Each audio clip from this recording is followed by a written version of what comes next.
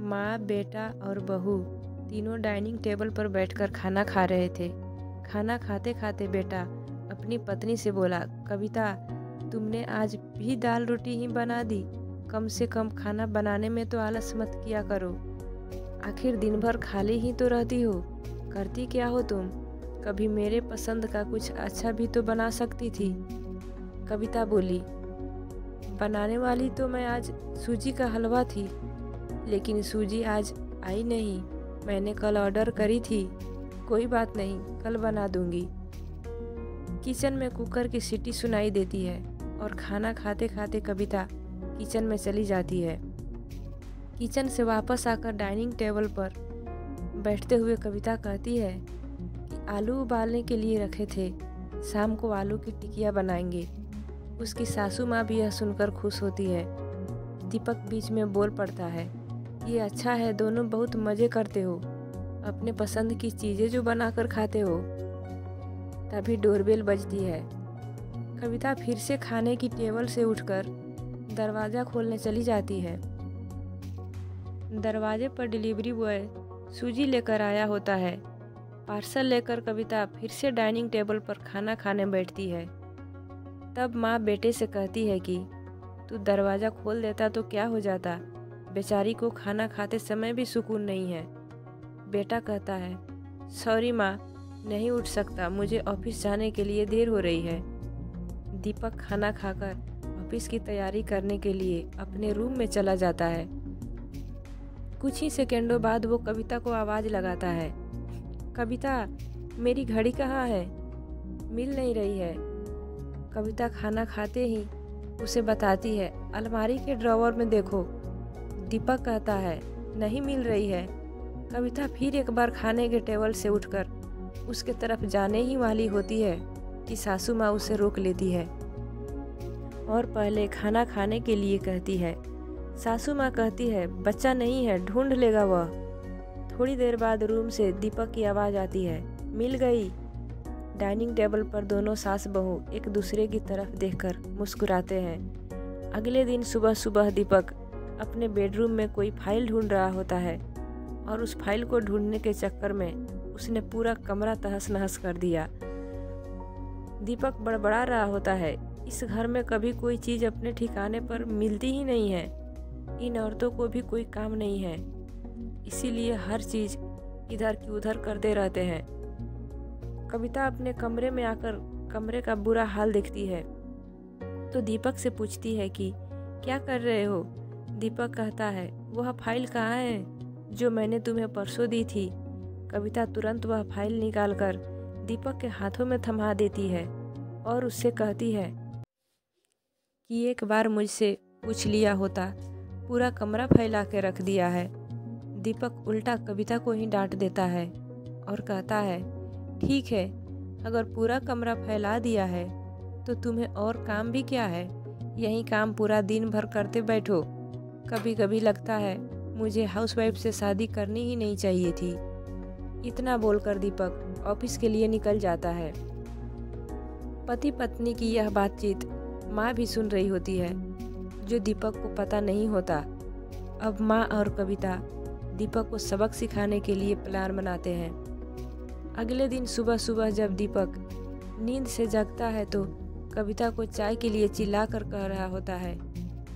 पास में ही सोफे पर बैठी माँ उसे कहती है, कविता नहीं है, वह अपने माँ के घर गई है, कोई ज़रूरी काम था। दीपक फ़ोन निकालकर कविता को कॉल करने लगता है।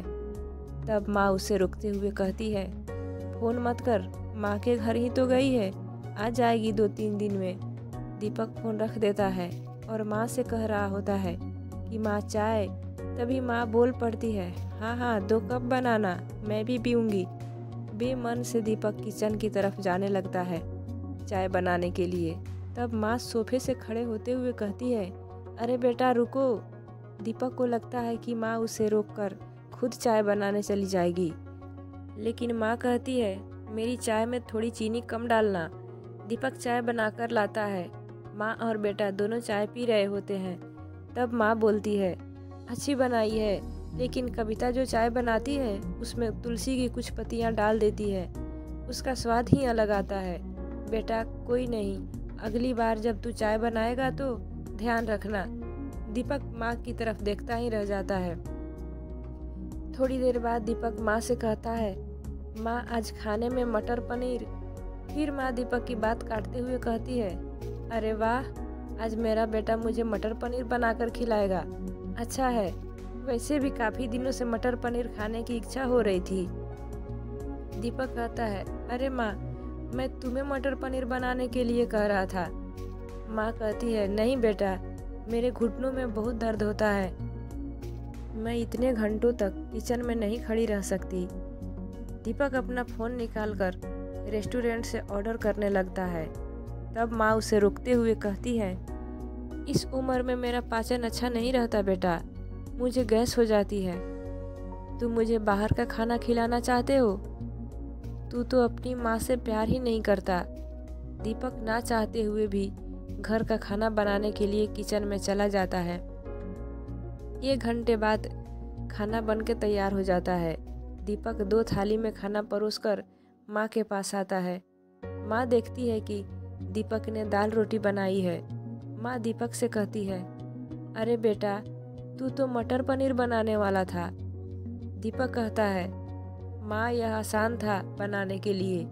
माँ कहती है, कविता होती तो मुझे आज मटर पनीर बनाकर ही खिलाती। चलो कोई बात नहीं, मैं कहाँ हर दिन मटर पनीर खाती हूँ, आज भी दाल रोटी ही खा लूँगी। आप बैठ साथ में मिलकर खाते हैं। दोनों बैठकर खाना खाने लगते हैं। दीपक ने पहला निवाला मुंह में रखा ही होता है कि माँ उसे कहती है, अरे बेटा, दाल में नमक थोड़ा कम है, जा जरा नमक लेकर आ। दीपक खाते खाते उठता है और किचन से जाकर नमक लेकर माँ को देता है। फिर अपना खाना खाने के लिए बैठता है। बीच में ही माँ खांसने लगती है और दीपक से कहती है, अरे बेटा, खाना गले में अटक गया है, थोड़ा पानी लेकर आ। दीपक फिर से खाना खाते खाते उठता है और पानी लाकर माँ को देता है। इन सब से दीपक के मुंह पर परेशानी साफ देखी जा सकती है। दीपक को अब महसूस भी हो रहा है कि जैसा बर्ताव वह कविता के साथ करता है उसे कितना बुरा लगता होगा। हालांकि कविता के मुंह पर कभी उसने सिकन तक नहीं देखी थी। माँ यहीं नहीं रुकती। खाना खा के वहाँ से जाने पर माँ दीपक को थालियाँ धोने के लिए कहती है। फिर माँ अपने बेड पर आराम करने लगती है और दीपक को चादर ओढ़ाने के लिए कहती है।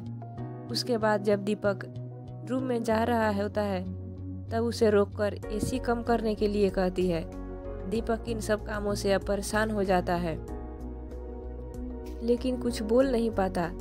अगले दिन सवेरे सवेरे दीपक खाना बनाने के लिए सब्जियां काट रहा होता है, लेकिन उसका ध्यान सब्जियों पर नहीं होता। वह कविता के बारे में सोच रहा होता है और पछतावा कर रहा होता है कि वह कितना गलत था कि हाउसवाइफ का काम आसान होता है। तभी बेख्याली में उसकी उंगली कट जाती है। उससे खून बहने लगता है और वह बेसिन में अपना उंगली धोने के लिए चला जाता है। तभी कविता उसके पास आकर उसके हाथों में पट्टी बांधने लगती है। यानी कि कविता कभी माँ के घर गई ही नहीं थी। यह तो सास बहू के प्लान का हिस्सा था, जिससे वह दीपक से छुपकर उसी घर में रह रही थी। दीपक कविता को देखकर काफी खुश हो जाता है और कविता से कहता है, घर का काम हम दोनों मिलकर किया करेंगे। कविता पूछती है, ऐसा क्यों? दीपक कहता है कि मैं घर का काम सीख जाऊंगा और घर अगर हम दोनों का है तो घर का काम भी हम दोनों का ही होना चाहिए। माँ ये सारी बातें सुनकर मन ही मन मुस्कुरा रही थी। दोस्तों, कहानी पसंद आई होगी तो लाइक कीजिए, अपनों के साथ शेयर कीजिए। आप हमारे चैनल पर नए हैं तो चैनल को सब्सक्राइब कर लीजिए और बेल आइकन को ज़रूर दबा दीजिए ताकि आने वाले हर वीडियो का नोटिफिकेशन आप तक सबसे पहले पहुंचे। मिलते हैं अगले वीडियो में, तब तक के लिए राधे राधे।